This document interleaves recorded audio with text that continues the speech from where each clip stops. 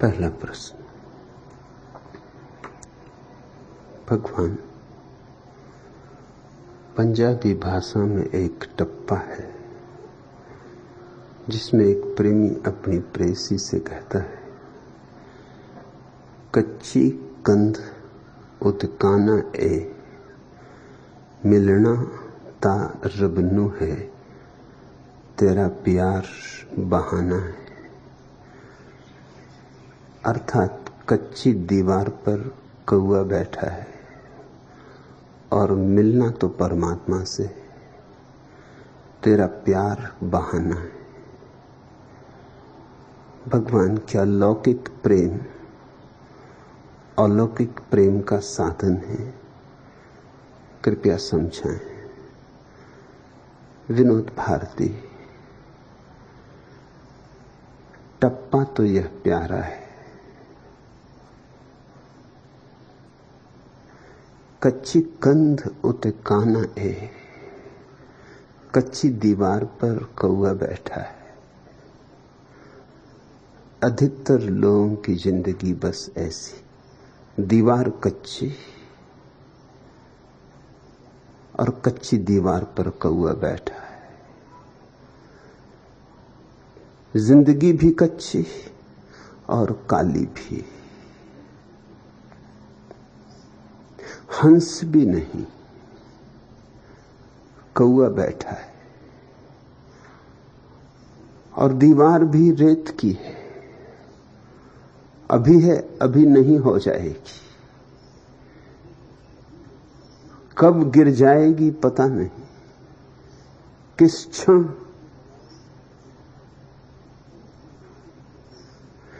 समाप्त हो जाएगी। कोई भविष्यवाणी नहीं कर सकता। और इस कच्ची दीवार पर बैठा भी कौन है? कुछ मूल्यवान नहीं, सब दो कौड़ी का है। कच्ची कंध उते काना ए, ये टप्पे सदियों सदियों में लोकमानस में उभरे। किसी एक व्यक्ति ने इन्हें लिखा नहीं, ये सदियों की मनुष्य की अनुभूति है, सदियों का सार है। ऐसे छोटे छोटे टप्पों में उपनिषद समा गए। और सच तो यह है, बहुत बार उपनिषद भी फीके पड़ जाते, क्योंकि सीधा साधा आदमी सीधा साधा देखता है, जैसा देखता है वैसा ही कह देता है। न कोई पांडित्य, न कोई शब्दों की लफ्फाजी, न कोई सिद्धांतों का जाल, न कोई शास्त्रों की चिंता। जिंदगी जैसी झलकती है उसके दर्पण में, बस वैसी कह देता है। गांव के ग्रामीण जनों ने अपने सीधे साधेपन में ही यह बात कही होगी, और सदियों तक निखरती है फिर यह बात। जैसे गंगोत्री से कोई पत्थर गंगा में बह चलता है तो खाता है चोटें, गिरता है पहाड़ियों से, जलप्रपातों से उतरता है, और जैसे जैसे गंगा में बहता है वैसे वैसे उसका तिरछापन टूटता जाता, उसमें एक गोलाई आ जाती, एक सौंदर्य आ जाता है। वैसे ही पत्थर तो गंगा में सरकते सरकते शिवलिंग बन जाते, अपूर्व सौंदर्य को उपलब्ध हो जाते, ईश्वरीय हो जाते, परमात्मा की प्रतिमा बन जाते। ऐसे ही ये टप्पे हैं, सदियों तक बहते रहे हैं मनुष्य की चेतना की गंगा में। माधुरी भी आ गया, इनका तिरछापन भी कट गया। सिद्धांत जब नए नए जन्मते हैं किसी विचारक में, तो उनमें थोड़ा तो तिरछापन होता है, थोड़ा अहंकार होता है, अकड़ होती, मैं सही दूसरा गलत, ऐसी भ्रांति होती। लेकिन इस तरह के टप्पे किसी ज्ञानी से नहीं जन्मे, किसी व्यक्ति के हस्ताक्षर नहीं है इन पर, इन्हें किसी ने बनाया नहीं है, ये बने हैं। इनका विकास नैसर्गिक है, इसलिए सरल तो बहुत, सीधे तो बहुत, पर रसपूर्ण भी उतने। कच्ची कंध उते काना है, कच्ची है दीवार और दीवार पर कौआ बैठा है। कैसी प्यारी बात, और किसने और कितने प्यारे ढंग से कह दी, और सीधी साफ। न जैन धर्म आएगा, न हिंदू धर्म, न इस्लाम, धर्मों के पार की बात हो गई, शास्त्रों का अतिक्रमण हो गया। यही तो मामला है, इतनी ही तो बात है। ये जिंदगी की दीवार कच्ची है, बहुत कच्ची है। ये नाव कागज की है, इससे तुम भवसागर पार न हो सकोगे। लाख करो उपाय, यह तो डूबेगी डूबेगी, इसका डूबना सुनिश्चित है। इधर से बचाओ, उधर से बचाओ, बचाने में ही नष्ट हो जाओगे। नाव ही कागज की है, सिर्फ दिखाई पड़ती है कि नाव है। कोई धन पर भरोसा किए बैठा है, कैसी कच्ची दीवार है।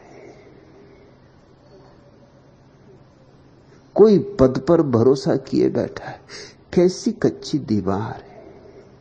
सिकंदर जब भारत आया और पौरुष युद्ध में हार गया, तो सिकंदर के दरबार में जंजीरों और बेड़ियों में बंधे हुए पौरुष को लाया गया। युद्ध तो सघन हुआ था। पौरुष कुछ सिकंदर से कमजोर आदमी न था, शायद ज्यादा बलशाली ही था, लेकिन भारतीय मूढ़ता के कारण हारा। भारत हमेशा अपनी मूढ़ता के कारण परेशान हुआ है। न तो शक्ति की कमी है, न सामर्थ्य की कमी है, लेकिन मूढ़ता शक्ति और सामर्थ्य के ऊपर ऐसी सवार है कि शक्ति को भी नष्ट कर देती, सामर्थ्य को भी विकृत कर देती। पौरुष हारा सिर्फ एक कारण से कि सिकंदर तो घोड़ों पर आया था लड़ने, और पौरुष हाथियों को लेकर युद्ध करने गया। हाथी बारात वगैरह के लिए अच्छे, साधु संतों की जमात के लिए अच्छे, किसी महंत की शोभा यात्रा निकल रही हो तो अच्छे। युद्ध के लिए बिल्कुल बेकार है। हाथी युद्ध के लिए बना नहीं, जगह ज्यादा घेरता है, मुड़ना हो तो भी स्थान चाहिए, और अगर विकृत हो जाए, विक्षिप्त हो जाए, जिसकी बहुत संभावना है, तीर चुभे, गोलियां छिदे, अगर पगला जाए तो फिर उसे होश नहीं रहता, फिर वो अपनी ही सेना को रौंद डालता है। और वही हुआ। घोड़े ज्यादा सजग, ज्यादा त्वरावान, गतिवान, थोड़ी जगह में घूम जाएं, थोड़ी जगह में मुड़ जाएं, शीघ्रता से पलट जाएं, बिजली की कौंध से लड़ें। बचाव आसान, आक्रमण आसान, और कोई खतरा नहीं कि अपनी ही सेना को रौंद डालें। ज्यादा सरलता से वश में किए जा सके। ये जो लड़ाई हुई, इसमें सिकंदर नहीं जीता और पौरुष नहीं हारा, इसमें घोड़े जीते और हाथी हारे। मगर यही भारत का दुर्भाग्य है। आज भी हालत वही है, हम हमेशा पीछे। अभी भी हम बैलगाड़ियों पर भरोसा किए, अभी हमारे नेतागण चरखा चला रहे हैं। हारोगे नहीं तो क्या होगा, मिटोगे नहीं तो क्या होगा।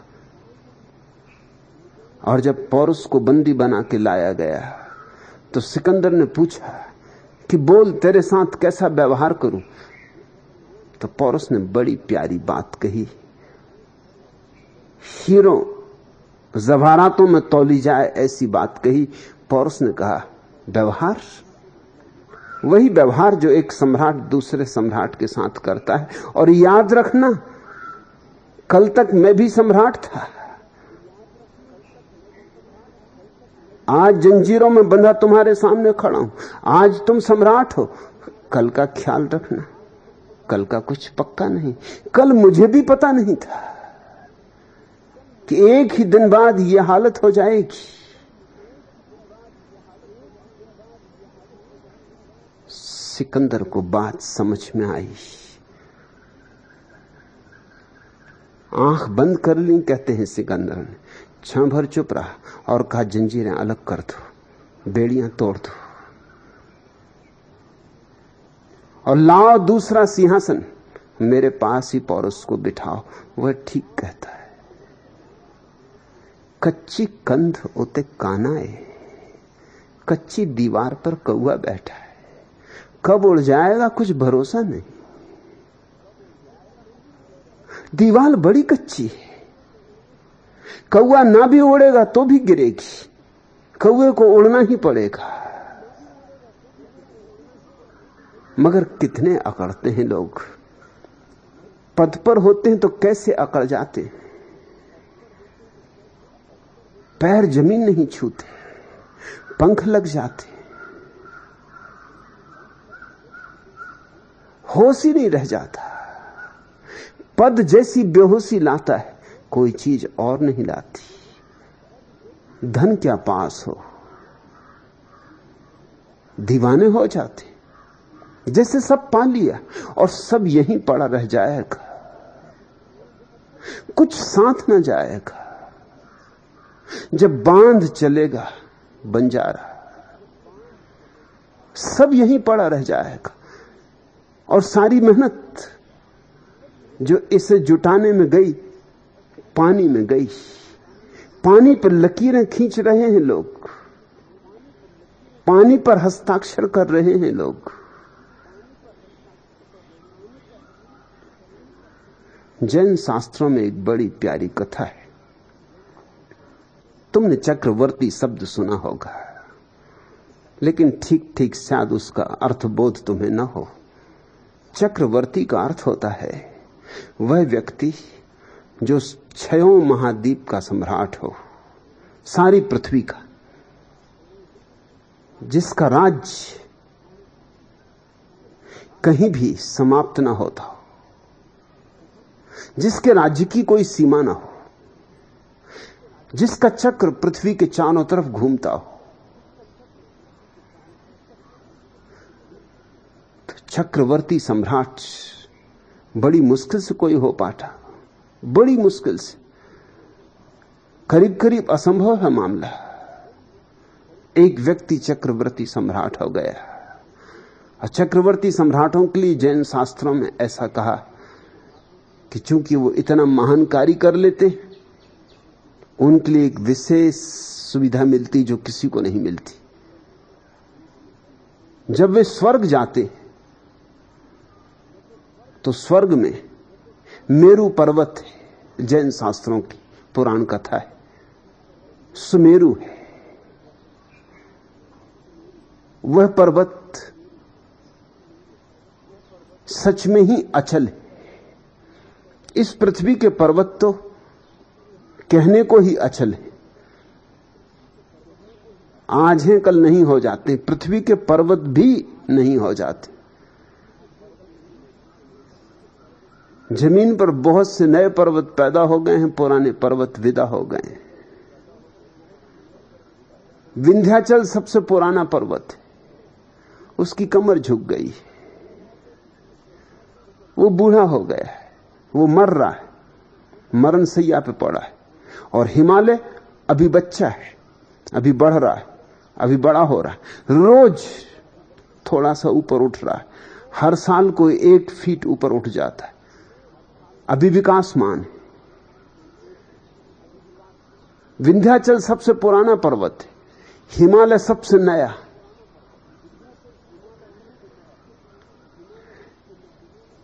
एक दिन विंध्याचल समाप्त हो जाएगा, महाद्वीप उभरे और विदा हो गए। पहाड़ों की क्या गिनती। अटलांटिस कभी बड़ा महाद्वीप था, उसकी बड़ी सभ्यता थी, विराट सभ्यता थी, लेकिन अब तो अटलांटिस कहीं भी नहीं। अटलांटिक महासागर है, पूरा का पूरा महाद्वीप खो गया अतल सागर में। आज भी सागर की गहराइयों में उसके अवशेष मौजूद हैं। इस पृथ्वी पर तो हम काम चलाओ रूप से कहते हैं कि पर्वत अचल, वे भी चलते हैं, वे भी गिरते हैं, उठते हैं, वे भी बच्चे होते हैं, जवान होते हैं, बूढ़े होते हैं। लेकिन स्वर्ग में वो जो सुमेरु पर्वत है जैन शास्त्रों का, वो अडिग है, अचल है, वो जैसा है वैसा ही है। चक्रवर्ती सम्राट को उस पर हस्ताक्षर करने का अवसर मिलता है, वो हर किसी को नहीं मिलता। तो यह एक व्यक्ति चक्रवर्ती सम्राट हो गया, इसके आनंद का ठिकाना ना रहा। बस इसके जीवन में एक ही आकांक्षा थी कि सुमेरु पर्वत पर हस्ताक्षर कर दूं, क्योंकि और कहीं भी हस्ताक्षर करो तो मिट जाएंगे। अरे पर्वत ही खो जाएगा तो हस्ताक्षर कहां बचेंगे। पानी पर हस्ताक्षर करो जल्दी मिट जाते हैं, पहाड़ पर करोगे थोड़ी देर में मिटेंगे, मगर मिटेंगे जरूर। देर अबेर की बात है। कच्ची कंध उते कानाए, कच्ची दीवार पर कौआ बैठा है। ये सम्राट बड़ा प्रसन्न था, मरण सैया पर भी प्रसन्न था। पूछा भी किसी ने कि आप इतने प्रसन्न हैं, क्या बात? तो उसने कहा बस एक ही आकांक्षा थी, वो पूरे होने के करीब आ रही, कि सुमेरु पर हस्ताक्षर कर सकूंगा। उस पर किए हस्ताक्षर कभी नहीं मिटते, मिटते ही नहीं, क्योंकि सुमेरु ही नहीं मिटता है।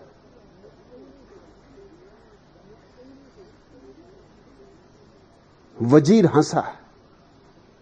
सम्राट ने कहा तुम क्यों हंसते हो? उसने कहा कि अभी कहूंगा तो समझ में ना आएगा, लेकिन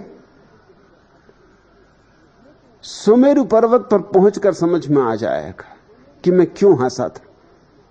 एक पहेली हो गई। सम्राट मरा, मगर वो पहेली उसे याद रही। वजीर हंसा था, क्यों हंसा था? सुमेरु पर्वत पे जाके राज खुलेगा। सुमेरु पर्वत के द्वार पर पहरेदारों ने कहा कि रुकिए, आप अकेले ही भीतर जा सकते हैं। वो ले गया था अपने पत्नी को, अपने बच्चों को, अपने मित्रों को। वे सब उसके साथ मरे थे, उनके मरने का इंतजाम किया गया था, क्योंकि अकेले क्या मजा कि तुमने सुमेरु पर हस्ताक्षर किए। अरे अपने वाले मौजूद ना हो, कोई देखने वाला ही ना हो, पत्नी देख ना सकेगी पति सुमेरु पर हस्ताक्षर कर रहा है, तो क्या मजा। बच्चे न देख सके, मित्र न देख सके, तो ले गया होगा मित्रों को, बच्चों को, अखबार वालों को, फोटोग्राफरों को, जन संपर्क अधिकारियों को ले गया होगा। मगर पहरेदार ने कहा कि आप अकेले ही जा सकेंगे, इन सबको बाहर ही छोड़ना होगा, ये नियम है।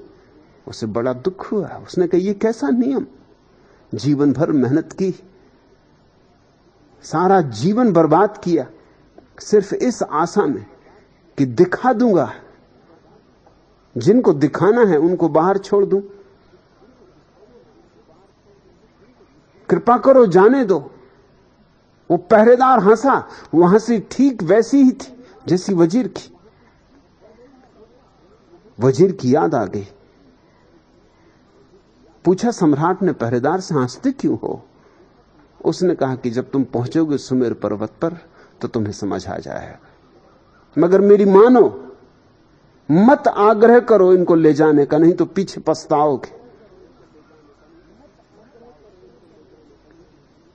जब उसने ये कहा तो सम्राट अकेला ही गया, लेके छेनी हथौड़ा, क्योंकि सुमेर पर नाम खोदना है, और जाके चकित हो गया। तब वजीर की हंसी भी समझ में आ गई, तब पहरेदार की हंसी भी समझ में आ गई, तब ये बात भी समझ में आ गई कि अच्छा हुआ मैंने पहरेदार की बात मान ली और अपने संगी साथियों को साथ न लाया, नहीं तो बड़ी भद्द हो जाती।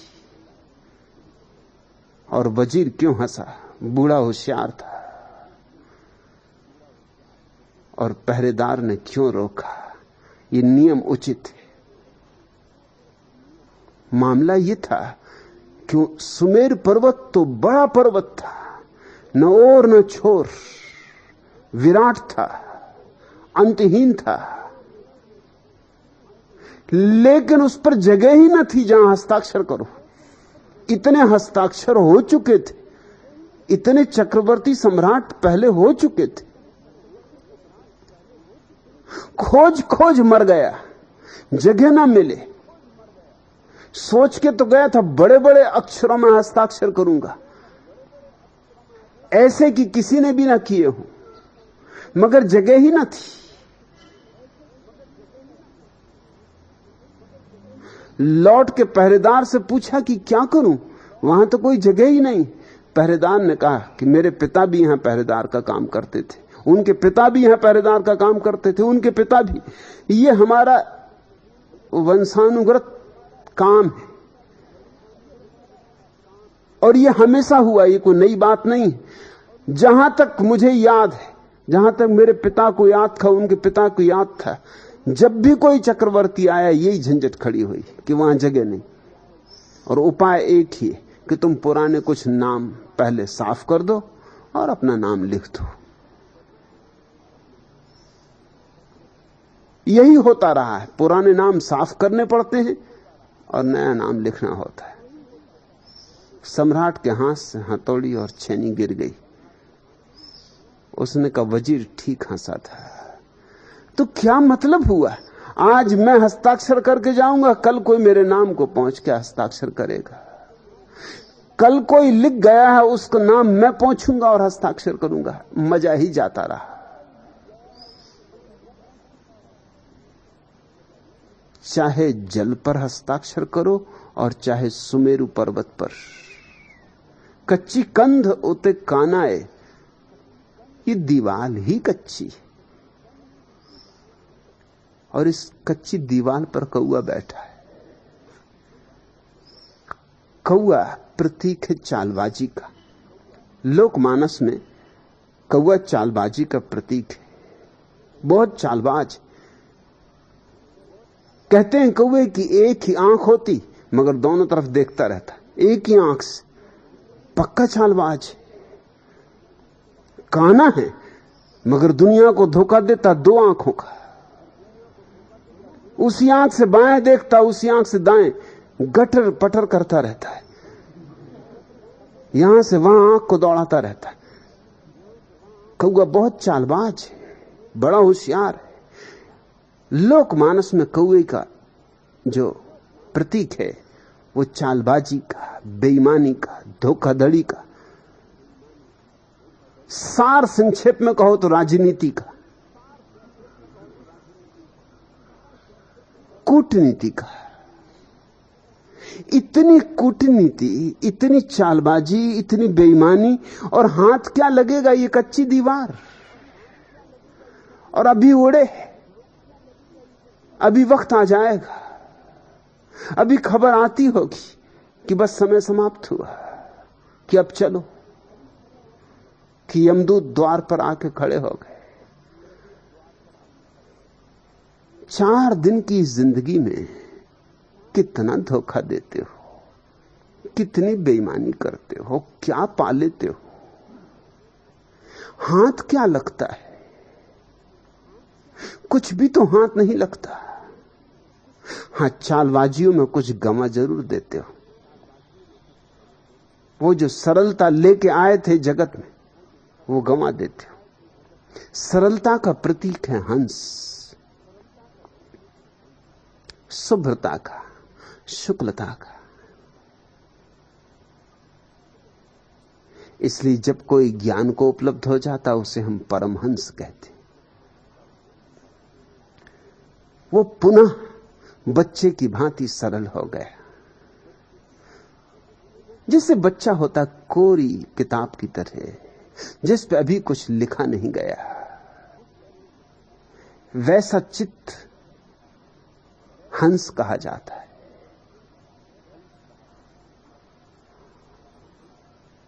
इसको पुनः पा लेना परमहंस की अवस्था है। बच्चे को तो विकृत होना पड़ेगा, उसकी विकृति सुनिश्चित है, क्योंकि बूढ़े कौओं के हाथ में उसको पड़ना पड़ता है।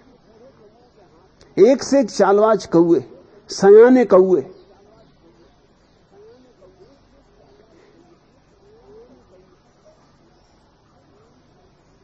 मेरे दादा, मेरे पिता के पिता थोड़ी सी ही बातें कहते थे, सीधे साधे आदमी थे, ग्रामीण आदमी थे, मगर जो थोड़ी बातें कहते थे वो मतलब की बातें थी। उनकी कुछ बातों में एक बात मुझे याद है। काम वो छोटी सी दुकान करते थे कपड़े की। चेष्टा उनकी यही होती थी कि व्यर्थ मोल तोल में समय खराब ना हो। तो वो पूछ लेते ग्राहक से कि क्या मर्जी, मोल तोल करना? तो ध्यान रख, लाख मोल तोल कर, चाहे खरबूज छुरी पे गिरे, चाहे छुरी खरबूज पे गिरे, हर हालत में खरबूज कटेगा। ये मैं तुझे बता देता हूं।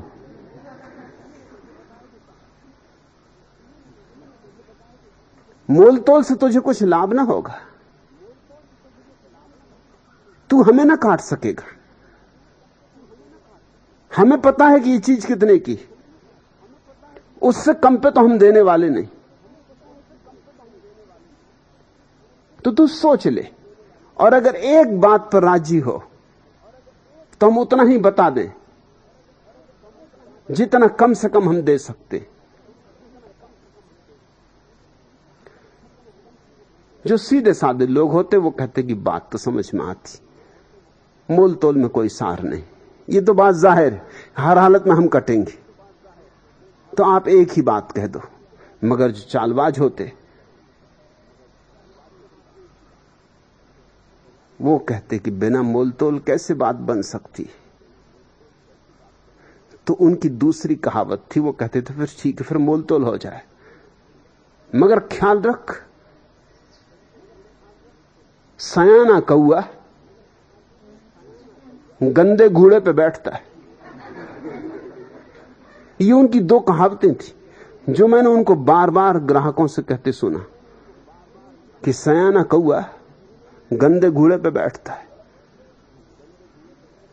तू सयाना कौआ मालूम होता, तू बैठेगा किसी गंदे घोड़े पर, तू ठीक जगह पे नहीं बैठ सकता, तो हो जाए मोल तोल हो जाए।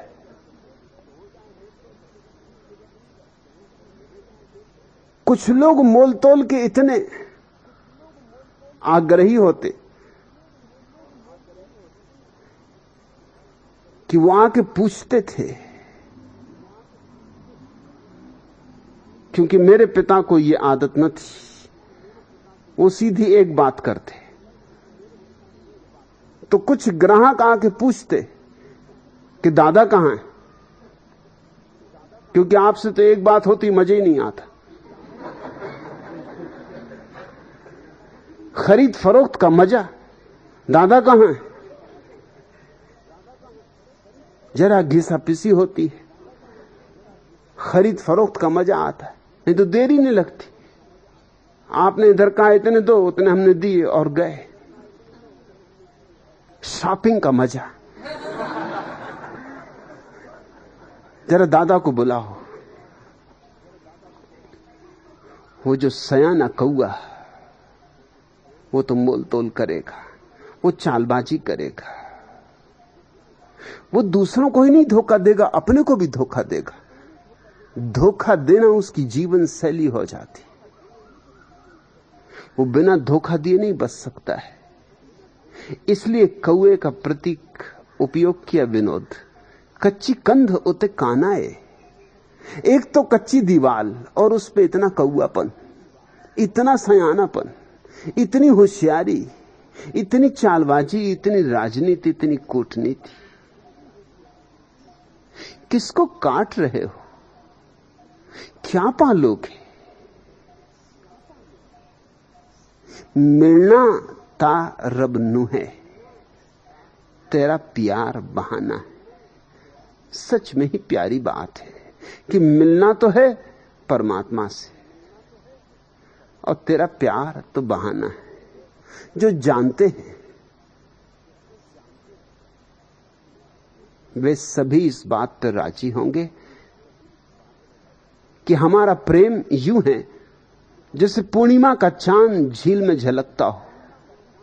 माना कि झील में झलकता चांद सच्चा चांद नहीं, मगर सच्चे चांद की ही झलक है। माना कि झील में कूदोगे तो चांद को नहीं पाओगे, कूदोगे तो वो जो झलक भी दिखाई पड़ रही थी चांद की, वो भी खो जाएगी। चांद को पाने के लिए तो झील में कूदने से कुछ सार नहीं, कितनी ही डुबकी मारो वहां चांद है नहीं। मगर चांद हो या ना हो,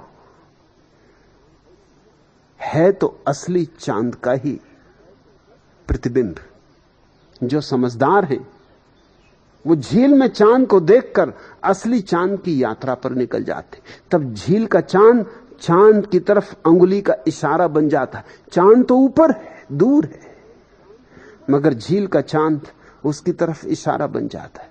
झील में नहीं उतरना है, मगर वो जो पार चांद है उसकी यात्रा पर जाना। झील तब सहयोगी हो जाती, तब झील शास्त्र बन जाती। तो शास्त्र का दो तरह से उपयोग किया जा सकता है। जो समझदार हैं वो शास्त्र का इशारा पकड़ के निशब्द की यात्रा पर निकल जाते हैं। शब्द का इशारा, निशब्द की यात्रा। संसार का प्रेम और परमात्मा की खोज। क्योंकि प्रेम तो प्रेम है, संसार में केवल उसका प्रतिफलन बन रहा है। संसार दर्पण है।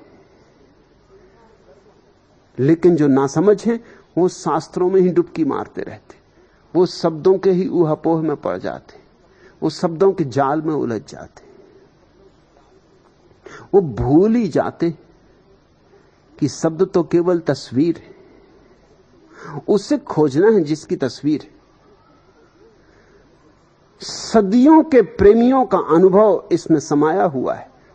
जैसे कोई हजारों गुलाब के फूल इकट्ठे करे और उनसे इत्र निचोड़ ले, तो शायद कुछ बूंद ही इत्र बने, मगर उस बूंद में हजारों फूलों का रस होगा, सुगंध होगी, सार होगा, प्राण होगा, आत्मा होगी। मनुष्य जाति का सदियों सदियों का अनुभव यह है। कितने लोगों ने प्रेम नहीं किया? ऐसा कौन है जिसने थोड़ा ना बहुत प्रेम ना किया हो? कंजूस से कंजूस भी थोड़ा ना बहुत प्रेम करता है।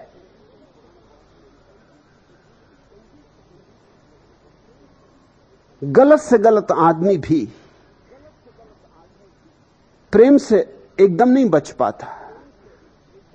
कुछ ना कुछ गंध तो हाथ लगती, कुछ ना कुछ तो गीत हृदय में गूंज लेता है, कुछ तो पैरों में घूंघर बंधते। फिर चाहे प्रेम तुम अपने बेटे को करो, चाहे कि पत्नी को करो, पिता को करो, मां को करो, मित्र को करो, प्रेयसी को करो, संगीत को करो, काव्य को करो, मगर प्रेम कहीं ना कहीं से तो तुम्हारे भीतर झांकेगा।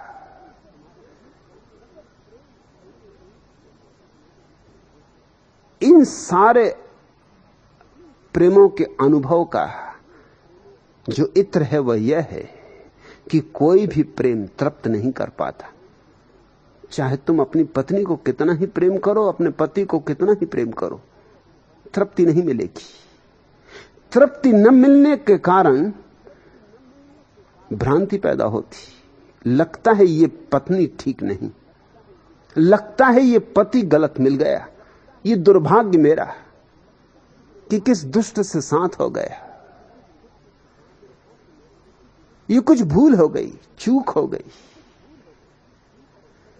मगर ये तुम्हारे गणित की भूल चूक हो रही, और कुछ भूल चूक नहीं हुई। तुम पत्नी बदल सकते हो। अब तो सारी दुनिया में तलाक की व्यवस्था हो गई। तुम पत्नी बदल सकते हो। मैंने सुना अमेरिका में एक आदमी ने 8 बार पत्नियां बदली, और चकित हुआ ये बात जान के कि हर बार 4-6 महीने के बाद उससे लगा कि मैंने फिर नई शक्ल में, मॉडल नया, संस्करण नया, फिर पुरानी पत्नी खोज ली, वही की वही। नाक नक्श अलग है, बाल के रंग अलग हैं, ऊंचाई अलग है, लंबाई अलग है, सब कुछ अलग है, मगर न मालूम क्यों सब मामला वही का वही, वही कलह, वही उपद्रव, वही झगड़ा, वही परेशानी। बात क्या है? बात सीधी साफ है, खोजने वाला वही है। तो वो बार बार उसी तरह की स्त्री के प्रेम में पड़ेगा। तुम कितनी ही पत्नियां बदलो, कितने ही पति बदलो, कितने ही मित्र बदलो, तुम्हारे जीवन में प्रेम से तृप्ति नहीं आएगी, क्योंकि ये झील में कूद के तुम चांद को पाने की कोशिश कर रहे हो। और तृप्ति ना आने की बात अगर ठीक से समझ में आ जाए तो द्वार खुल जाए, रहस्य का द्वार खुल जाए। इस जगत की कोई भी प्रीति नहीं भर पाती, ये सौभाग्य, दुर्भाग्य नहीं। क्योंकि अगर इस जगत की कोई प्रीति तुम्हें भर दे तो फिर परमात्मा को तुम खोजने ही क्यों निकलोगे? फिर परमात्मा की तलाश का सवाल ही नहीं उठता। इस जगत की हर प्रीति असफल हो जाती, गिर ही जाती।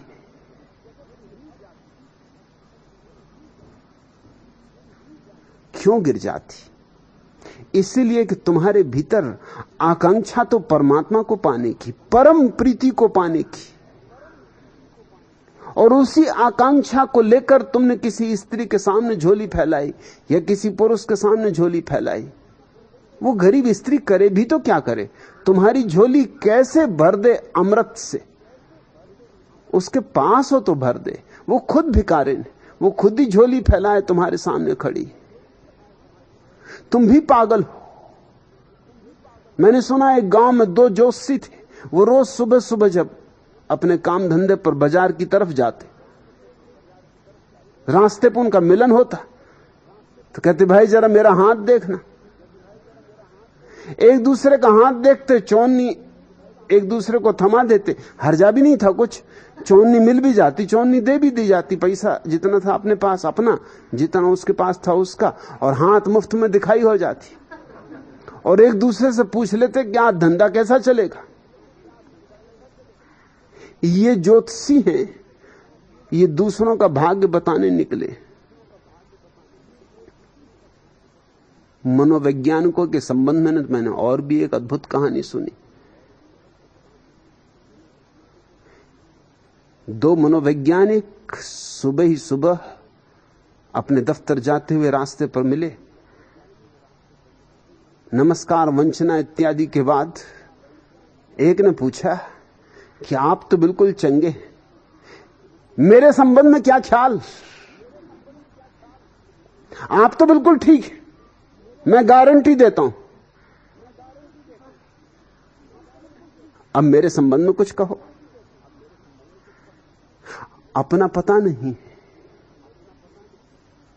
दूसरे के संबंध में गारंटी देने को आदमी तैयार है। अपने बाबत दूसरे से पूछ रहा है, खुद की खबर नहीं, औरों की खबर रखता है। मनोवैज्ञानिक एक दूसरे के पास जाते हैं मनोविश्लेषण के लिए कि भाई जरा हमारा मनोविश्लेषण करो। बड़ी बेचैनी, बड़ी चिंता है, रात नींद नहीं आती, आत्महत्या के विचार उठते। यह जान के तुम चकित हो गए कि दुनिया में जितनी आत्महत्या मनोवैज्ञानिक करते उतना कोई दूसरे धंधे के लोग नहीं करते। अनुपात 2 गुना है।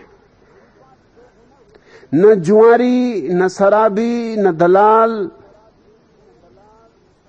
कोई इतनी आत्महत्या नहीं करते जितनी मनोवैज्ञानिक करते हैं, 2 गुनी। और मनोवैज्ञानिक दुगने पागल भी होते, कोई इतना पागल नहीं होता। राजनीतिज्ञ भी इतने पागल नहीं होते, उनको भी मात दे दी मनोवैज्ञानिकों ने, और ये दुनिया भर का पागलपन ठीक करने का धंधा कर रहे हैं।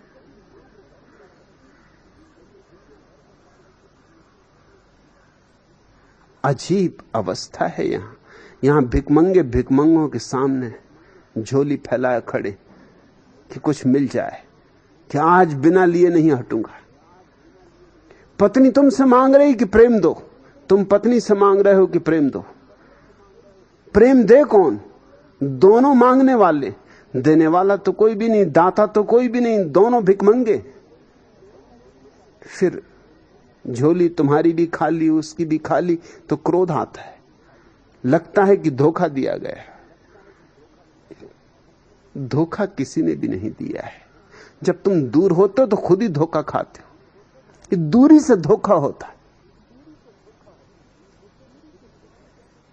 चौपाटी पे मिल लेते हो किसी स्त्री से, अब चौपाटी पे कौन चौपट नहीं हो जाता। जिन्होंने भी चौपाटी नाम रखा है, गजब किया है। चौपाटी पे मिलते हो जब, तो स्त्री भी सजी बजी होती, तुम भी सजे बजे होते हो, इत्र फुलेल लगा होता है। न तुम्हारी असली गंध का पता चलता, ना उसकी असली गंध का पता चलता। तुम भी कपड़ों में छिपे होते, वो भी कपड़ों में छिपी होती।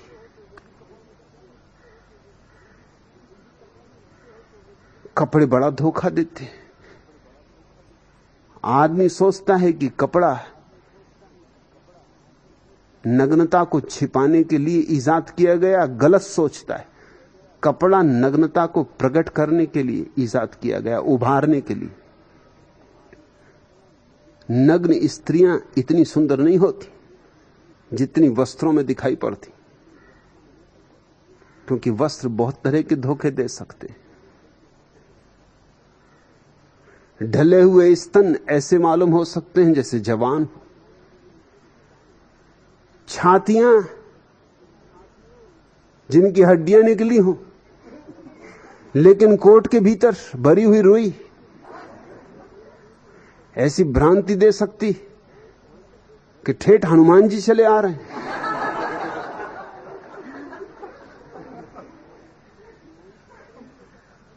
कंधे बिल्कुल बैठे हों कि कोई देख ले दफा कंधा तो फिर लौट के ना देखे, ऐसा भागे, मगर कंधों में रुई भरी हुई है। मेरी एक सन्यासिनी है माधुरी, पूरा परिवार सन्यासी है। माधुरी सन्यासी है, उसकी बहन सरिता सन्यासिनी है, उन दोनों की मां सन्यासिनी है। माधुरी की मां ने मुझे कहा कि उसको स्तन का कैंसर हो गया था, तो उम्र होगी कोई 55 वर्ष, तो स्तन काट देने पड़े, दोनों स्तन काट देने पड़े। एक का तो काटना निश्चित था, दूसरे में खतरा था कि फैल सकेगा, तो पहले से ही काट देना ठीक था। वो बहुत परेशान थी। हिंदुस्तान तो है नहीं, अमेरिका है। अमेरिका में दोनों स्तन न हो स्त्री के तो मरी गई समझो, जिंदा ही क्या रहा फिर। सारा खेल स्तन का है। बच्चे ही नहीं जी रहे हैं स्तन से, बूढ़े भी स्तन से ही जी रहे हैं। बच्चे भी दूध पी रहे हैं, बूढ़े भी दूध पी रहे हैं। तो बहुत दुखी थी। डॉक्टर ने कहा दुखी होने की कोई भी जरूरत नहीं, अब तो प्लास्टिक के स्तन उपलब्ध हैं। तो स्तन तो दोनों कट गए और प्लास्टिक के स्तन उसे दे दिए गए। मुझसे कह रही थी कि मैं मैक्सिको से लौट रही थी, तो एक चौराहे पर रुकी, पुलिस वाले से पूछने को रास्ता, उसकी नजरें मेरे स्तन पर अटक गई। आपकी सन्यासिनी हूं, मजाक सूझा। कभी जिंदगी में ऐसा मजाक मैंने किया भी नहीं था, मगर आपकी सन्यासिनी हूं, तब से मजाक भी करना आने लगा। मैंने उससे पूछा पसंद आए? वो थोड़ा हिचकिचाया, माथे पे पसीना आ गया, घबराया, इधर उधर देखा। मैंने कहा घबराने की कोई जरूरत नहीं, पसंद आए? सच सच बोलो। उसने कहा पसंद, सुंदर।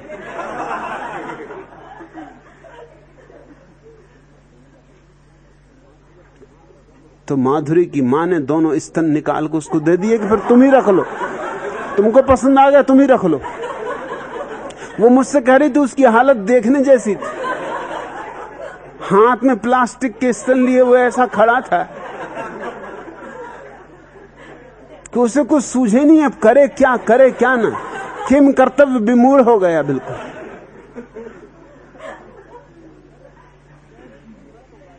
कह रही थी मैं तो गाड़ी लेके आगे बढ़ गई, उस गरीब पे क्या गुजरी वही जाने।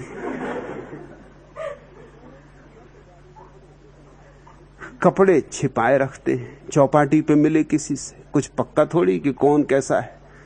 ये तो असलियत बाद में पता चलेगी, ये तो जब पास आओगे तब पता चलेगी। कोई किसी को धोखा नहीं दे रहा है, कोई किसी को धोखा देने नहीं निकला है, लेकिन दूरी धोखा पैदा कर देती, दूरी भ्रम पैदा कर देती, मृग मरीचिका पैदा हो जाती। तुम सोचते हो कि मिल गई वह स्त्री जिसकी तलाश थी जन्मों जन्मों से। स्त्री सोचती मिल गया वह व्यक्ति जिसकी तलाश थी जन्मों जन्मों से। और जब पास आते हो तो पता चलता है कि साधारण स्त्री है, साधारण पुरुष है, कहीं कुछ मिला नहीं। फिर धोखा हो गया, फिर धोखा खा गए। और ये धोखा जन्मों जन्मों से खा रहे हो। कच्ची कंध उते कानाए, कच्ची दीवाल पे कौआ बैठा है। मिलना ता रबनू है, और मिलना तो है परमात्मा से, उससे कम में दिल भरेगा नहीं। जब तक सागर ही बूंद में ना उतरेगा तब तक तृप्ति असंभव है। और तेरा प्यार बहाना है, ये समझ में आ जाए तो फिर प्यार में भी कोई कसूर नहीं। तेरा प्यार बहाना है।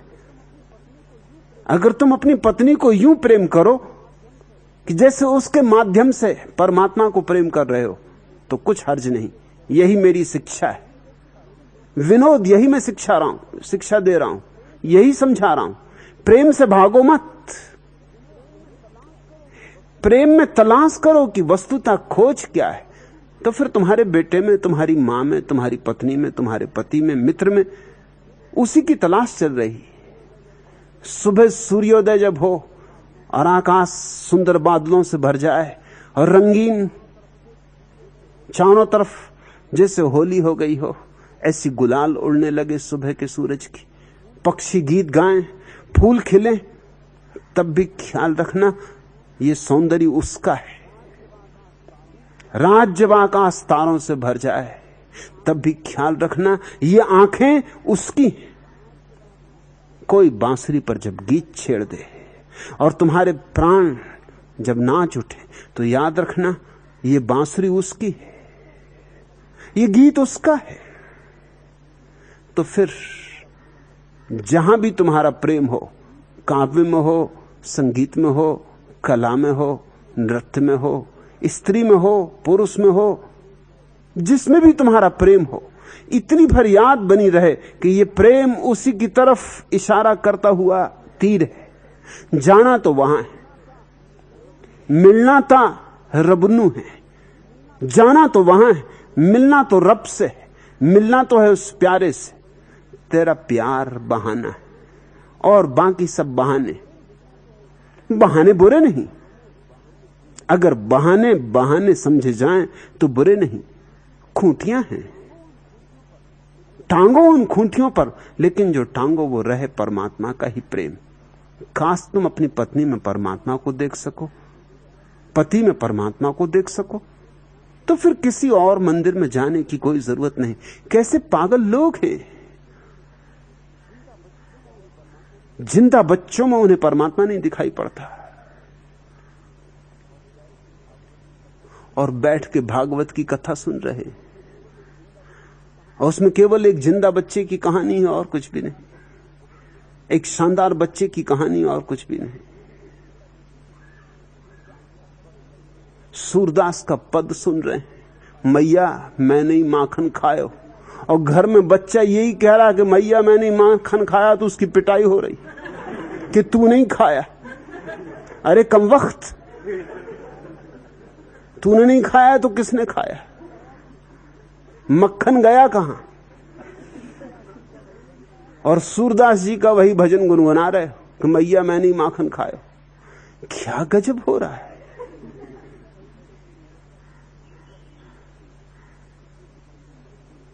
कृष्ण किसी की मटकी में कंकड़ मार के फोड़ देते, आहा गदगद हो रहे हैं भक्त।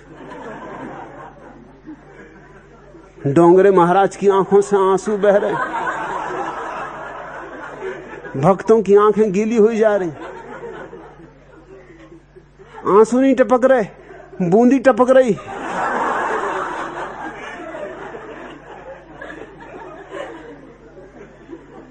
और खुद का लड़का किसी की गगरी फोड़ आए तो उसकी पिटाई हो रही। अरे तो डोंगरे महाराज की पिटाई करो ना, तो पकड़ो सूरदास को कि भाग न जाए कहीं, लगाओ ठिकाने इसको।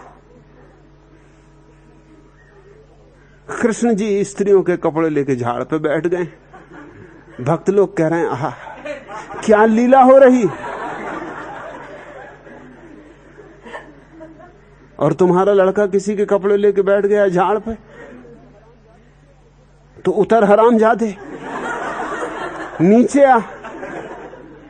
अब तुझे वो पाठ सिखाऊंगा कि जिंदगी भर याद रहेगा।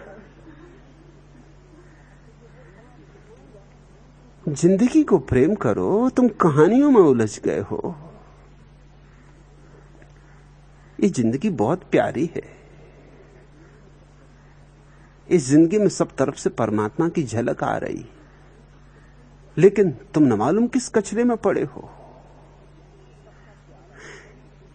टप्पा प्यारा है, इसे याद रखना। कच्ची कंध उते कानाए, मिलना ता रब नू है, तेरा प्यार बहाना है।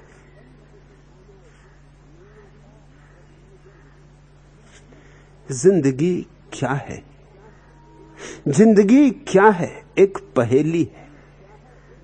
जिंदगी क्या है? एक पहेली है। कभी दुश्मन कभी सहेली,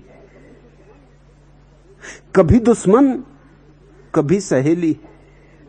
छू के देखा तो महफिले यारां, छू के देखा तो महफिले यारां, अपनी अपनी जगह अकेली है।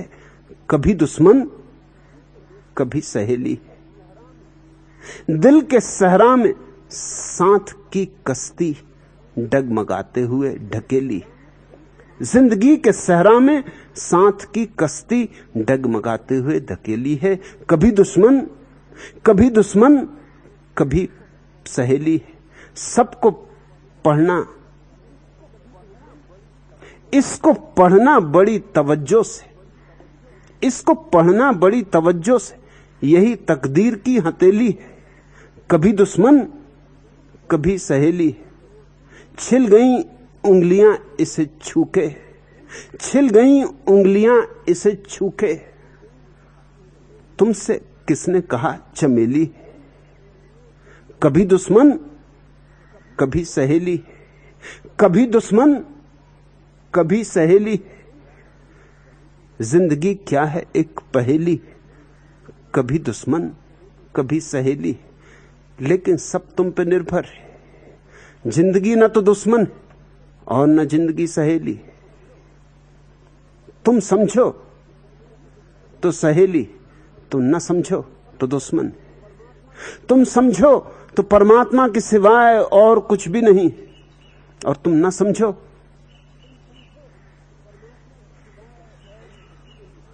तो कच्ची कंध उते कानाए, कच्ची दीवार है और कौआ बैठा है। और तुम समझो तो शाश्वत है,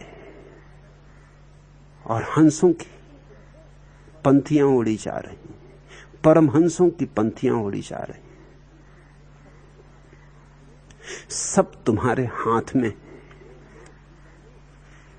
हां हां, मैं दीवाना हूं, चाहूं तो मचल सकता हूं, चाहूं तो मचल सकता हूं, खिलवते हुस्न के कानून बदल सकता हूं। हां मैं दीवाना हूं, चाहूं तो मचल सकता हूं, खिलवते हुस्न के कानून बदल सकता हूं। खार तो खार है, अंगारों पे चल सकता हूं, मेरे महबूब मेरे दोस्त नहीं, ये भी नहीं। मेरी बेबाक तबीयत का तकाजा है कुछ और। मेरे महबूब मेरे दोस्त नहीं, ये भी नहीं। मेरी बेबाक तबीयत का तकाजा है कुछ और। इसी रफ्तार से दुनिया को गुजर जाने दूं, दिल में घुट घुट के तमन्नाओं को मर जाने दूं, तेरी जुल्फों को सरे दोष बिखर जाने दूं। मेरे महबूब मेरे दोस्त, मेरे महबूब मेरे दोस्त नहीं, ये भी नहीं, नहीं ये भी नहीं। मेरी बेबाक तबीयत का तकाजा है कुछ और, मेरी बेबाक तबीयत का तकाजा है कुछ और। एक दिन छीन लूं मैं अजमते गाफिल का जुनू, तोड़ दूं मैं शौकते दुनिया का फुसूं, और बह जाए यहीं नब्ज जरोसी का खूं। गैरते इसको मंजूर तमाशा है यही, गैरते इसको मंजूर तमाशा है यही। मेरी फितरत का मेरे दोस्त तकाजा है यही। हां मैं दीवाना हूं, चाहूं तो मचल सकता हूं, खिलवते हुस्न के कानून बदल सकता हूं। खार तो खार है, अंगारों पे चल सकता हूं, मेरे महबूब मेरे दोस्त नहीं, ये भी नहीं। मेरी बेबाक तबीयत का तकाजा है कुछ और। इस क्षुद्र में ही समाप्त नहीं हो जाना है, विराट को पाना है। समय में ही समाप्त नहीं हो जाना है, शाश्वत में घर बनाना है। मेरी बेबाक तबीयत का तकाजा है कुछ और।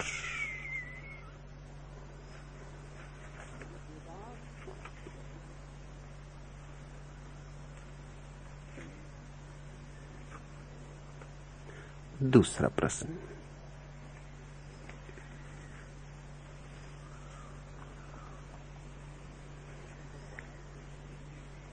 भगवान दत्ता बाल के संबंध में और थोड़ी जानकारी। 3 साल पहले मैं मिरज में था तो उन्होंने मिलने की आकांक्षा प्रकट की। जिस शिष्या के घर ठहरे थे वहां हमारी मुलाकात हुई। पूरे समय वे इतने बेचैन थे कि 5 मिनट भी वे एक जगह बैठते नहीं थे। बार बार उठकर अपने कमरे के भीतर चले जाते थे। आते तो जिस हाल में हम बैठे थे वहां का फर्नीचर इधर उधर करने को कहते थे। आखिर वे बोले कि कुछ बातचीत चलने दे। मैंने कहा कि मैं कुछ बातचीत करने यहां आया नहीं, अगर आपको कुछ पूछना हो तो पूछिए, नहीं तो हम सब मिलकर 10 मिनट मौन में सत्संग करें। इस पर मेरी तरफ इशारा करते हुए उन्होंने कहा, अपने बैठे हुए शिष्यों से, सीखिए, इनसे कुछ सीखिए। लेकिन खुद वहां से उठकर चले गए। शिष्यों ने कहा कि डायबिटीज के कारण वे ऐसे बेचैन। फिर आए तो वही बेचैनी जैसे कि पिंजड़े में बंद जानवरों की होती है। बैठे तो अपनी प्रिय शिष्या से, जो कि उनके चरित्र की लेखिका भी हैं, कहा कि तेरी लिखी हुई पुस्तक तो इन्हें भेंट कर।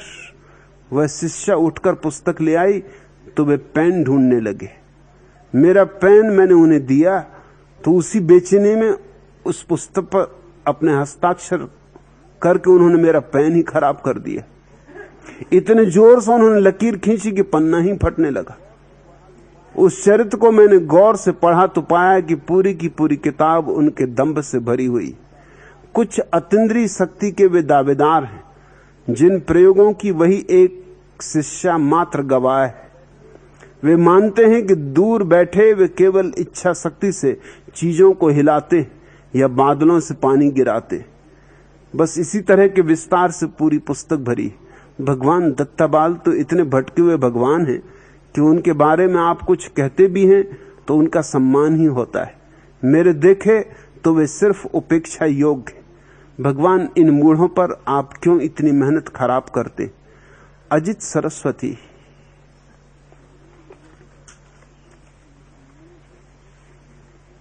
मूढ़ हैं इसलिए ही, भटके हैं इसलिए ही, सोए हैं इसलिए ही।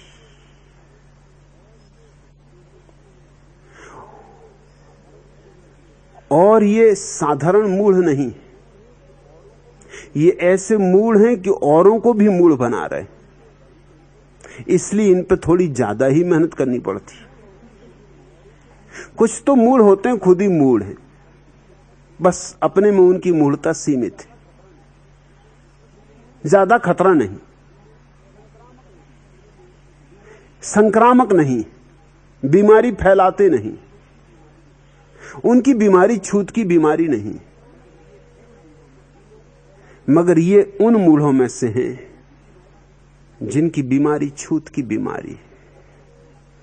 अजित सरस्वती का प्रश्न महत्वपूर्ण है, क्योंकि कई बार अनेक मित्रों ने यह प्रश्न पूछा कि आपको क्यों समय खराब करना चाहिए? जाने दो भाड़ में।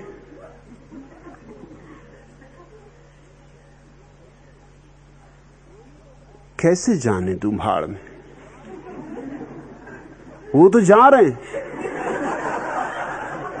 मगर औरों को भी ले जा रहे हैं। अकेले भी जाते हो तो मैं भी सोचूं कि ठीक है, प्रत्येक व्यक्ति की स्वतंत्रता है, किसी को भाड़ में ही जाना है तो कोई क्या कर सकता है।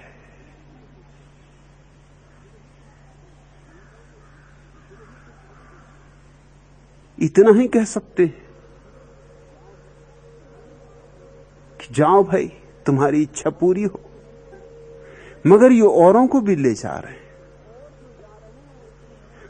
और जो जा रहे हैं वो इतने मूढ़ नहीं, लेकिन भोले भाले। भोले भाले हैं इसलिए फंस जाते। उन भोले भालों को जगाने के लिए इतनी मेहनत करनी पड़ती।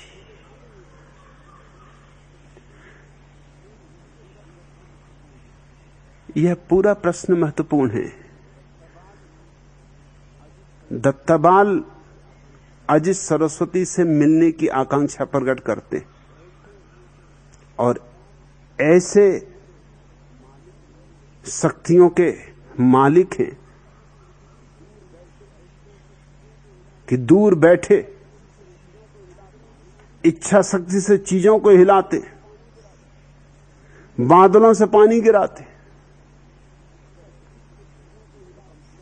अगर ऐसी इच्छा शक्ति है तो कम से कम अजित सरस्वती को तो बिना बुलाए खींच लेना था। इधर मुझसे भी मिलने आने को आकांक्षा की थी, लेकिन एकांत में मिलना चाहते थे। इस तरह के लोग हमेशा एकांत में मिलना चाहते, क्योंकि डर उनको यह होता है कि औरों के सामने कुछ पूछेंगे तो भद्द खुलेगी। ढोल के भीतर बड़ी पोल है, ऊपर से बजाओ तो बड़ी आवाज करता है, मगर खोल कर देखो कि कौन आवाज कर रहा है, सब गड़बड़ हो जाता है। भीतर कुछ होते ही नहीं।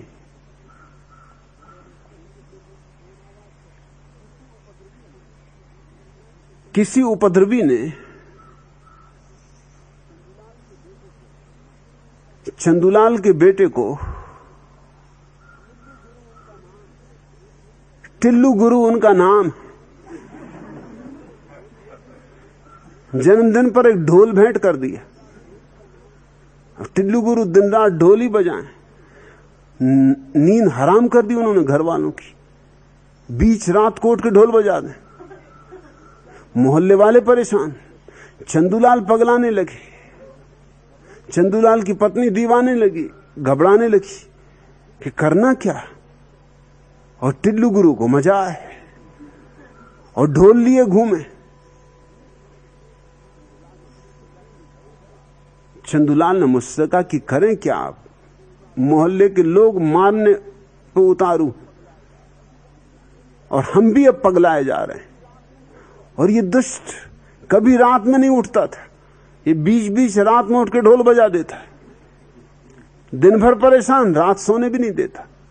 तो मैंने कहा तुम कुछ ना करो, ये चक्कू ले जाओ। उन्होंने कहा चक्कू से क्या होगा। मैंने कहा टिल्लू गुरु को दे देना और कहना जरा खोल के भी देख भीतर क्या है, आवाज कौन कर रहा है। उन्होंने कहा ये बात जस्ती है। दे दिया चाकू टिल्लू गुरु को। उन्होंने फौरन खोल के देख लिया।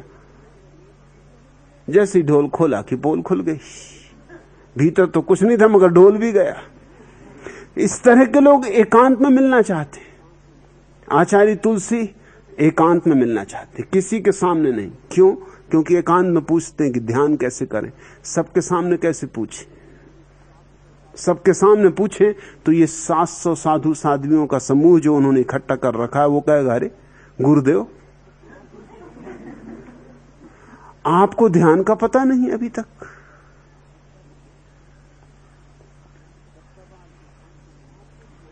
दत्तापाल एकांत में मिलना चाहते थे। मैंने कहा कि मिल तो सकते मगर एकांत में नहीं। सबके सामने जो पूछना हो पूछ लेना। फिर नहीं आए क्योंकि तो सबके सामने आना तो उसका मतलब यह हुआ कि अभी कुछ कमी है। नहीं तो आने की क्या जरूरत है, क्या मिलने की जरूरत है। जब सब पा ही लिया जैसा कि दावा है उनका, तो अब किससे मिलना, क्या पूछना।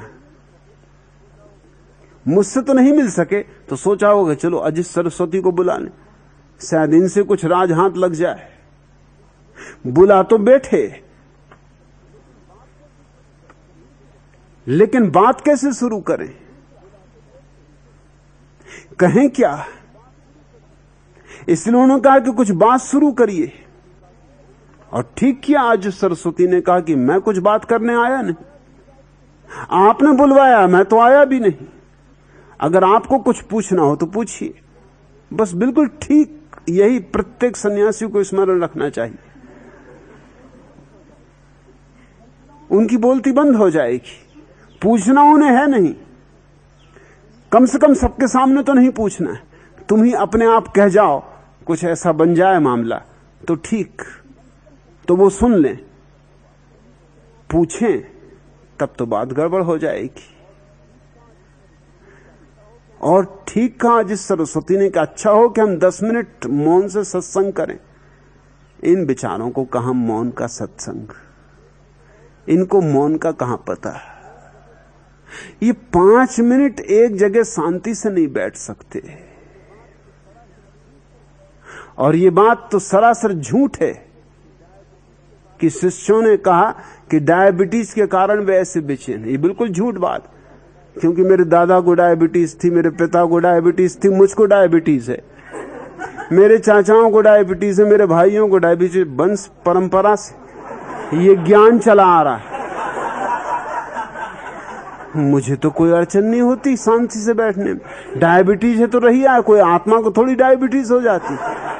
और बैठना आत्मा को है शांत। शरीर में डायबिटीज रहे तो डायबिटीज, और डायबिटीज से शरीर में भी क्या अशांति होगी। अरे थोड़ी शक्कर होती तो अशांति क्या होनी, थोड़ा माधुरी हो जाता, थोड़ी बूंदी फैल गई, इसमें बिगड़ा क्या। इसमें तुम्हें अशांत होने की क्या बात? चींटे चींटियां अशांत होने लगे ये तो समझ में आता, मगर तुम्हें अशांत होने की क्या जरूरत है? और तुम तो साक्षी भाव रखो। शरीर को डायबिटीज हो गया, अरे शरीर तो मिट्टी है। कच्ची कंध उते कानाए, कच्ची दीवार पर कौआ बैठा, भैया कौआ को डायबिटीज हो गई, हो जाने दो। दीवार में शक्कर है कि रेत, क्या करना तुमको? मगर अजित कहते हैं कि वे पूरे समय इतने बेचैन थे कि 5 मिनट भी एक जगह बैठते नहीं थे। इसी तरह के बेचैन लोग इस देश को सदियों से चला रहे हैं, खुद बेचैन और दूसरों को बेचैन कर रहे हैं। उनकी सत्य की खोज और परमात्मा की खोज इत्यादि सब सिर्फ बेचैनियों के लक्षण और कुछ भी नहीं। बार बार उठकर अपने कमरे के भीतर जाते थे। क्या जरूरत बार बार कमरे के भीतर जाने की और आने की? सोहन बाबा मुक्तानंद का सत्संग करने गई थी एक दिन। मैंने पूछा, सोहन फिर क्या हुआ?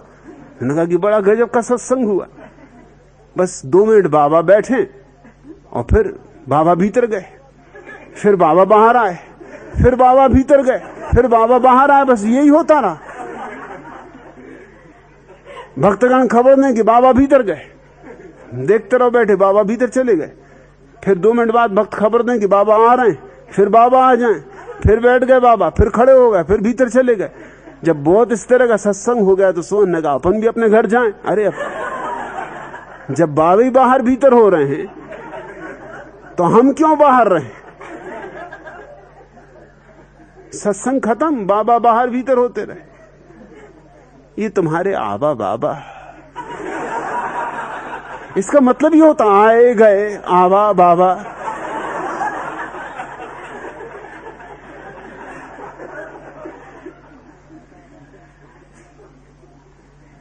मैं एक गांव में सतना के पास मेहमान था। वहां लोग आदर से गांव में जो बाबा हैं उनको बाबाजू कहते। मैंने कहा ये और अच्छा शब्द तुमने खोज लिया, बाबाजू, यानी बाजू, दूसरी बाजू, बाबाजू। ये भी ठीक है, इस बाजू भी आते जाते हैं क्या? इसी बाजू रहते हैं ज्यादातर तो। मगर उन लोगों को बड़ी हैरान हुई जब मैंने उनसे कहा कि बाबाजू का मतलब हुआ कि उस बाजू, इस बाजू आ रहे, जा रहे, नाव चला रहे। ये ठीक तुमने देखा? यही हालत है तुम्हारे साधु सन्यासियों की, बेचैन है, परेशान है, अपने हाथ से परेशान है। क्यों? क्योंकि शांति का कोई सूत्र तो समझा नहीं।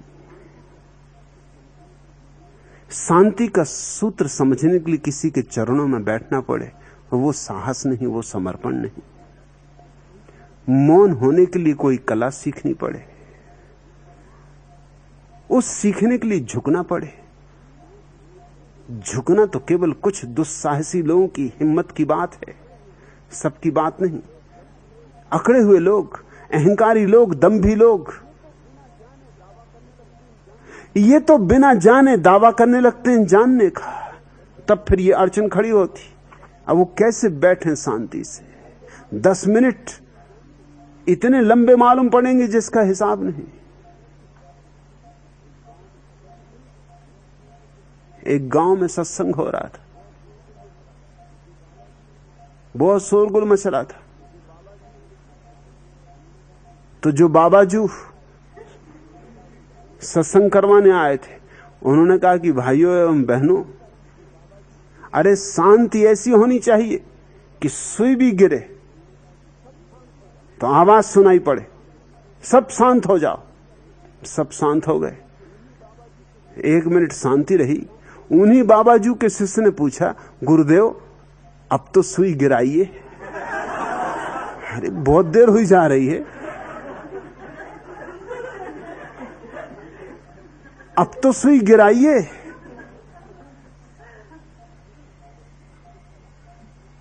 ये तुम्हारे सब तथाकथित आध्यात्मिक व्यक्ति, काश तुम इनकी थोड़ी जांच परख करो तो जरूर हैरानी में पड़ोगे। अजीत सरस्वती ने वो किताब भी कल मुझे भेज दी जिस पर उन्होंने दस्तखत किए। सच में ही सुमेरु पर्वत पे जैसे दस्तखत किए जाते वैसी दस्तखत किए, फाड़ी डाला पन्ना और उनकी कलम भी खराब कर दी।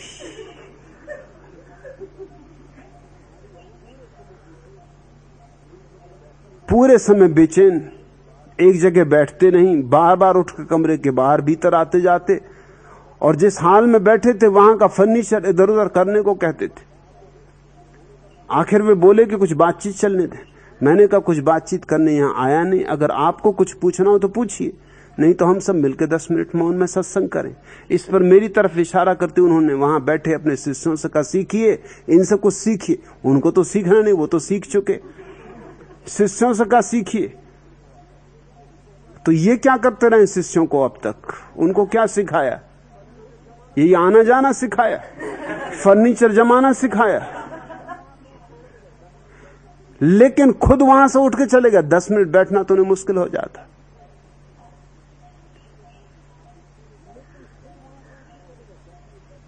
दस मिनट बैठना तो असंभव हो जाता। शिष्यों ने कहा कि डायबिटीज के कारण वे ऐसे बेचैन। शिष्य बेचारे एक से एक तर्क खोजते रहते गुरुओं को बचाने का। क्या तर्क खोजा? डायबिटीज से क्या बेचैनी का संबंध है?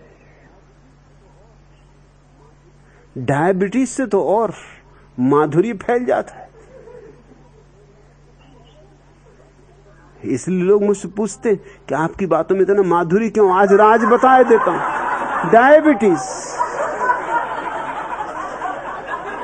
इसमें मेरा कोई हाथ नहीं, मेरा कोई कसूर नहीं।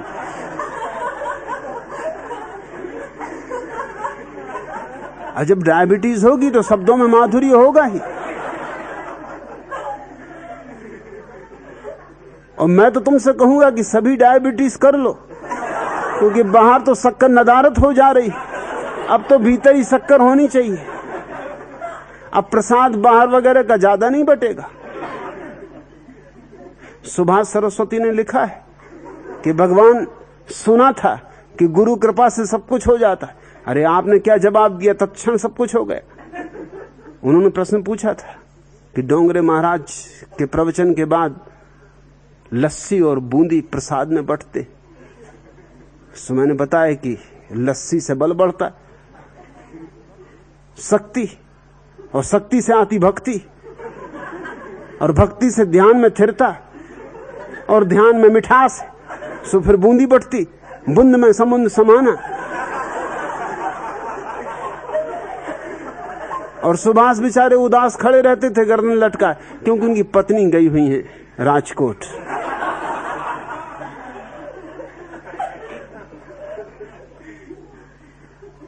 और पुराने ढपके सन्यासी हैं, सो वो पत्नी की राह देखते रहते हैं, ऐसी गर्दन तिरछी के राजकोट की तरफ सिर झुकाए।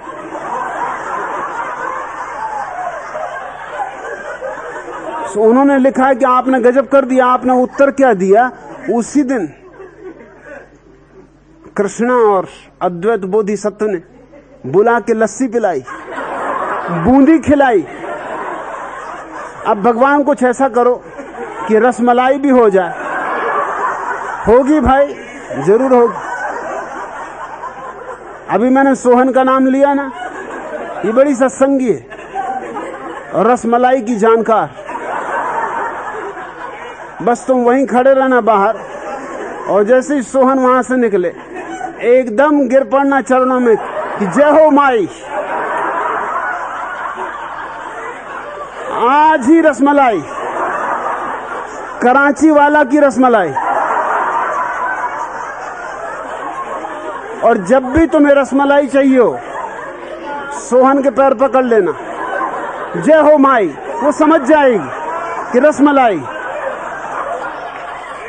ये तो छोटी सी बात है, तुम आज ही करके देखो। और लिखा उन्होंने कि आपने गजब की बात कही, जब से लस्सी पी है गर्दन सीधी हो गई। शक्ति भी आ रही, और बूंदी जब से खाई है बड़े ऊंचे ऊंचे ख्याल आ रहे हैं। वो तो तुम संभालना आप जब, क्योंकि गर्दन अगर ऊंची हो गई तो खतरा है। क्योंकि तुम शक्ति और भक्ति से कुछ और मत समझ लेना। शक्ति मेरी एक सन्यासिनी और भक्ति भी मेरी एक सन्यासिनी। अब जरा संभल कर रहना। गर्दन ऊंची हुई कि शक्ति आएगी, पीछे से भक्ति आएगी। और तुम्हारी पत्नी गई है राजकोट।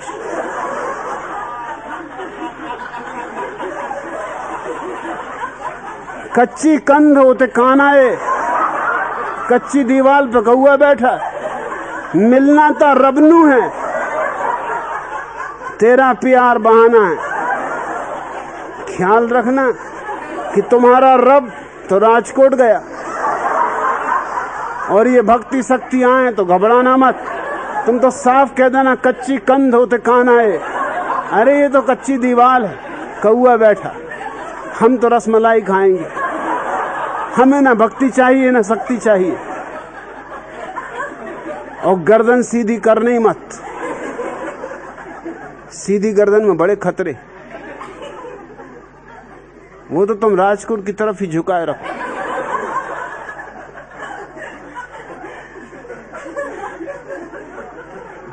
अब उन्होंने शिष्यों से कहा सीखिए, इनसे कुछ सीखिए, लेकिन खुद वहां से उठ के चले गए। शिष्यों ने कहा कि डायबिटीज के कारण वे ऐसे बेचैन। डायबिटीज से क्या बेचैनी का संबंध? अरे डायबिटीज तो यूं समझो कि रसमलाई फैल गई, इसलिए तो मुझे कोई रसमलाई वगैरह लेने की जरूरत ही नहीं पड़ती।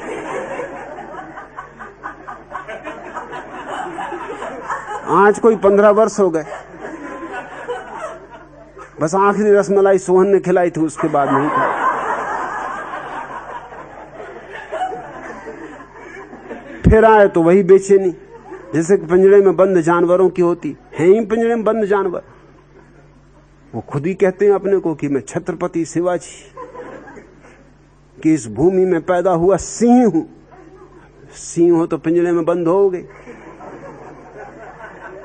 अब आजकल सिंह कोई ऐसे इधर उधर तो घूमते फिरते मिलते नहीं, सर्कस में ही होते। सर्कस ही सिंह।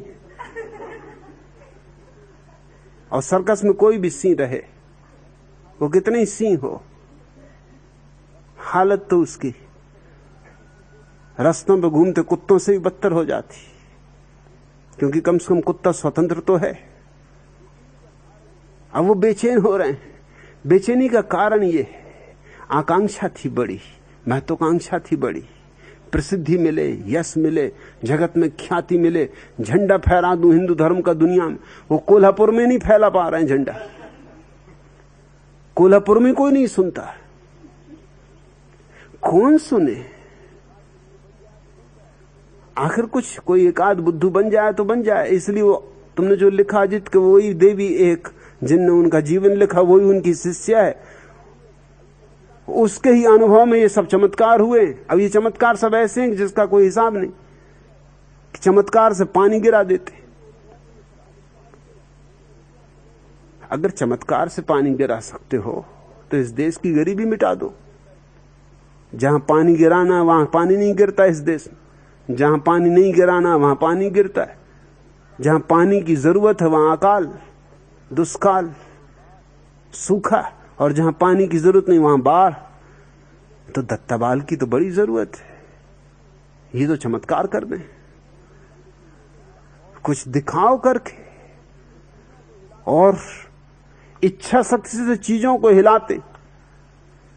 पहले कम से कम शरीर को तो ठहराओ।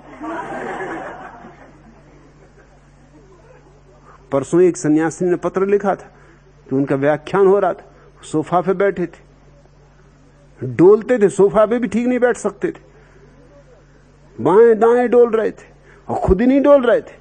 उनके पजामा के 2 फुंदे भी लटके थे नीचे, वो भी डोल रहे थे। तो उसने लिखा है कि तभी मुझे हंसी आ रही थी बड़ी को, पजामा के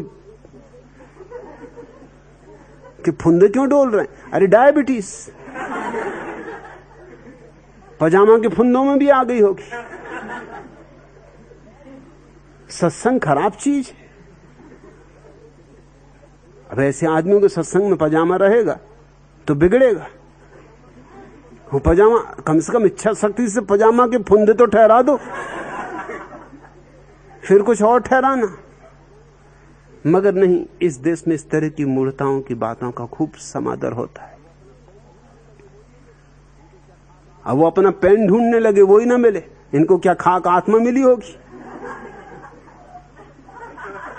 और इच्छा शक्ति से ये दूसरों तक को ठीक कर दें और अपना पेन नहीं खोज पा रहे हैं। अरे इच्छा शक्ति से इतना तो करना था कम से कम कि अजित का पेन सरक के और उनकी जेब में पहुंच जाता, इतने करके दिखा देते। वो भी अजित को देना पड़ा। और दस्तखत जो उन्हें किए वो सिर्फ पागल के ही मालूम होते। ऐसा घसीटा है कि कहीं मिट ना जाए, कि कहीं कोई मिटा ना दे। फाड़ डाला पन्ने को। लोग दस्तखत भी करते तो उसमें भी दम्भ होता है। अमेरिका में तो एक अभिनेत्री शादी कर रही थी, जैसे ही रजिस्टर पे दोनों दस्तखत किए पति और पत्नी ने, उस अभिनेत्री ने मजिस्ट्रेट को कहा कि मुझे शादी नहीं करनी, तलाक चाहिए, इसी वक्त तलाक चाहिए। मजिस्ट्रेट ने कहा तू पागल है, अभी दस्तखत ही हुए हैं, अभी स्याही भी नहीं सूखी हो, तुझे तलाक चाहिए? उसने कहा इसी वक्त। तलाक का फॉर्म कहां है? पर मजिस्ट्रेट ने पूछा कारण तो मेरी समझ में आया, तुम में बात भी नहीं हुई, दोनों चुप ही हो, अभी दस्तखत ही पूरे हुए हैं। उसने कहा बात समझने की जरूरत नहीं, जरा दस्तखत देखो। इस आदमी ने इतने जोर से दस्तखत किए गड़ा गड़ा के, और इतने बड़े बड़े अक्षरों में किए कि ये मुझे सताएगा, ये मुझे परेशान करेगा, ये मुझे नहीं चाहिए, ये आदमी चाहिए नहीं मुझे। अरे पूत के लक्षण पालने में इस कम वक्त में दस्तखत तो देखो कैसे किए। आधा पेज रजिस्टर का दस्तखत से भर दिया। ये इसकी अकड़ का सबूत है। आदमी की छोटे छोटे कृत्य में भी सबूत तो होते, छोटी छोटी बात में भी लक्षण तो होते। वो भीतर की बेचैनी दस्तखत तक में उतर आई है। अब तुम पूछते हो कि मैंने उनकी किताब पढ़ी, दंभ से भरी हुई है, होगी ही। और तुम पूछते हो दत्ताबाल तो इतने भटके हुए भगवान हैं कि उनके बारे में आप कुछ भी कहते हैं तो उनका सम्मान ही होता है। मेरे देखे तो वे सिर्फ उपेक्षा योग्य नहीं अजित, उपेक्षा योग्य कोई भी नहीं। भगवान कितना ही भटकाओ, है तो भगवान ही। नाली में पड़ा हो, गटर में सड़ रहा हो, तो भी उसको निकालना पड़ेगा, तो भी उसे बचाना पड़ेगा। तो जो भी बन सके वह करना जरूरी है। वह प्रेम का लक्षण है। मैं अपने प्रेम के कारण ही बोलता हूं आज।